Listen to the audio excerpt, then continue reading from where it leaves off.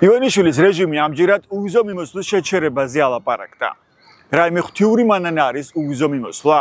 განაცხადა ოცნების არალეგიტიმური პარლამენტის თავმჯდომარე შალო პაპუაშვილმა. ის ევროპასთან უვიზო მიმოსვლის მეშელობის დაკნინებას ცდილობს. პარლამენტის თავმჯდომარე 2017 წელს ირაკლი კობახიძე იყო. როცა საქართველოს უვიზო მიმოსვლა დაუწესეს. მაშინ ირაკლი კობახიძე ხაზს უსვამდა იმას, რომ უვიზო მიმოსვლა პრივილეგია იყო ჩვენთვის. ანუ დაახლოებით იგივე, რასაც პაპუაშვილი დღეს ღვთიურ მანარას უწოდებს და გვაპარებს. ამასაც უნდა შეეგუოთ. კრემლს ასე სჭირდებაო. შესაძლებელი გახდა ამ პრაქტიკული და სიმბოლური შედეგის მიღწევა. ევროპასთან თავისუფალი მიმოსვლა თითოეული მოქალაქის არა მარტო პრივილეგია, არამედ პასუხისმგებლობაც არის.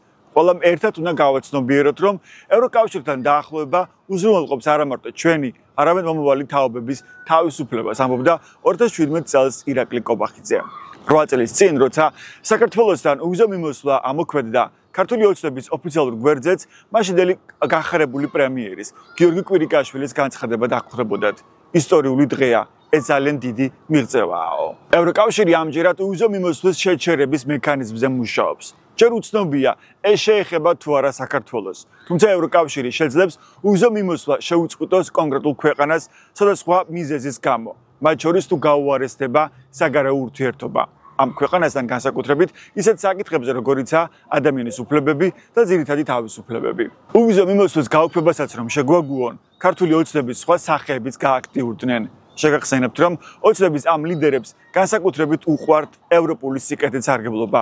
მათი შვილები ევროპაში სწავლობენ ან ცხოვრობენ. მაგალითად, ქართული ოცნების განაყოფის ხალხის ძალის წევრი სოზარ სუბარი არ გამორიცხავს, რომ ევროკავშირთან უვიზო რეჟიმი გაუქმდეს და კრემლის პროპაგანდის ეფექტით ყალბად ცდილობს იმგვარად წარმოაჩინოს ეს საკითხი, თითქოს ევროპასთან მეგობრობა და ევროპულად, ანუ კარგად ცხოვრება ჩვენ ქვეყანას გვაკარგვინებს. ქართველებმა უნდა აირჩიონ რა ურჩევნიათ, უვიზო რეჟიმი თუ შევინარჩუნოთ საქართველო.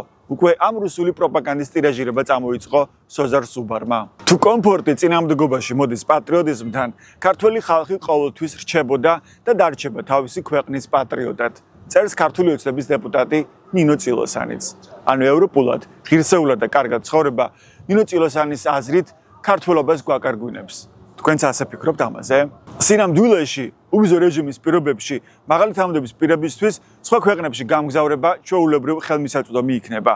უვიზო მიმოსვლამ საქართველოს ყველა მოქალაქეს განურჩევლად იმისა, ღარიბია თუ მდიდარი, მისცა შესაძლებლობა წასულიყო ევროპაში და უკეთესობისკენ შეეცვალა საკუთარი ცხოვრება.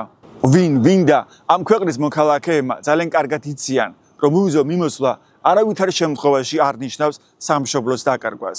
პირიქით, სწორედ მაშინ ემუქრება საქართველოს ყველაზე დიდი საფრთხე. თუ ჩაიკეტა ევროპასთან უვიზო მიმოსვლა, ყველაზე დიდ დარტყმას სწორედაც რომ ამ ქვეყნის ღარიბი მოსახლეობა მიიღებს.